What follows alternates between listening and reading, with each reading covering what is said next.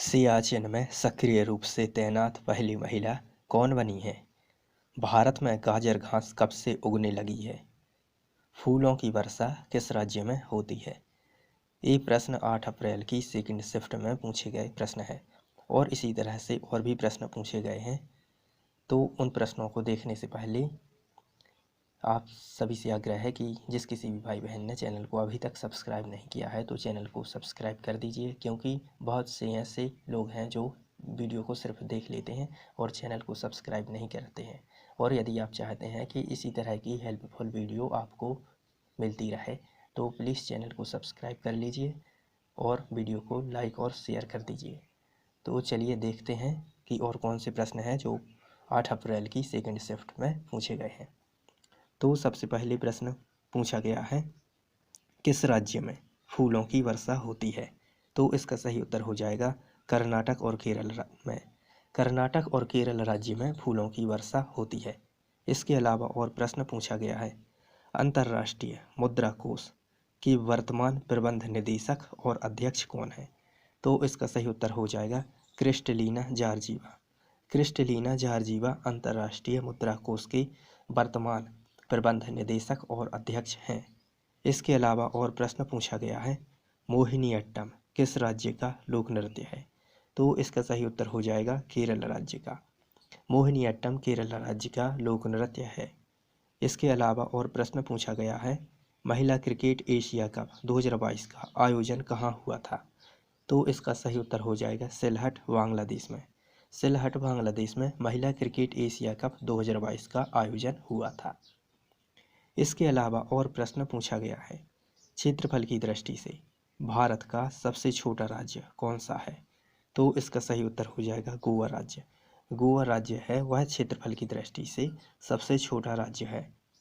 इसके अलावा और प्रश्न पूछा गया है, भारत में गाजर घास कब से उगने लगी है? तो इसका सही उत्तर हो जाएगा वर्ष 1955 से। वर्ष 1955 से गाजर घास उगने लगी है। इसके अलावा और प्रश्न पूछा गया है, भारतीय केंद्रीय बैंक आरबीआई की स्थापना कब हुई थी? तो इसका सही उत्तर हो जाएगा 1 अप्रैल 1935 को।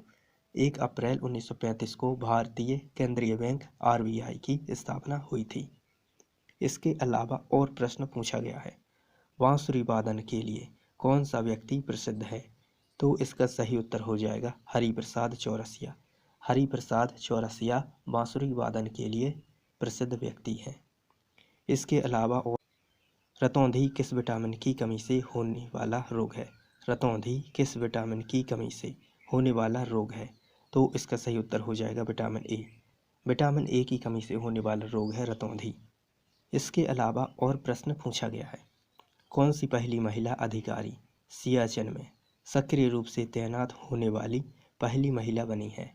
तो इसका सही उत्तर हो जाएगा शिवा चौहान। शिवा चौहान सियाचिन में सक्रिय रूप से तैनात होने वाली पहली महिला बन गई है।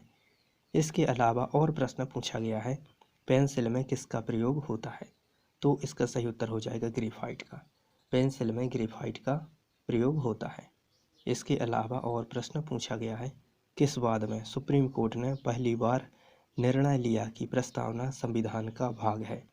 तो इसका सही उत्तर हो जाएगा केशवानंद भारती बनाम केरल राज्य वाद में सुप्रीम कोर्ट ने निर्णय लिया कि प्रस्तावना संविधान का भाग है। इसके अलावा और प्रश्न पूछा गया है, राष्ट्रीय जैव विविधता प्राधिकरण का मुख्यालय कहाँ पर है? तो इसका सही उत्तर हो जाएगा चेन्नई में। चेन्नई में राष्ट्रीय जैव विविधता प्राधिकरण का मुख्यालय है। इसके अलावा और प्रश्न पूछा गया है, MS एक्सेल में कितनी बार अनडू कर सकते हैं? तो इसका सही उत्तर हो जाएगा 100 बार।